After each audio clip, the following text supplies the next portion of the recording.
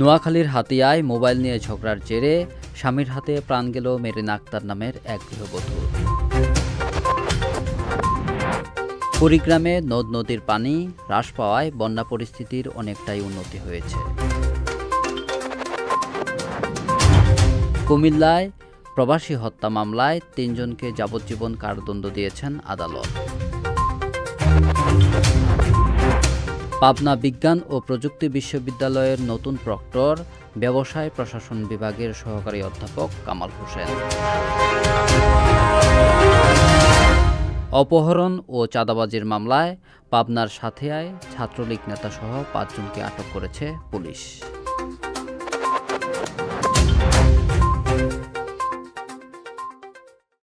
সংবাদ, ফিচার ও অনুষ্ঠানের জন্য ভিজিট করুন সংবাদ প্রকাশের ওয়েবসাইট এবং যুক্ত থাকুন ফেসবুক পেজ ও ইউটিউব চ্যানেলের সঙ্গে।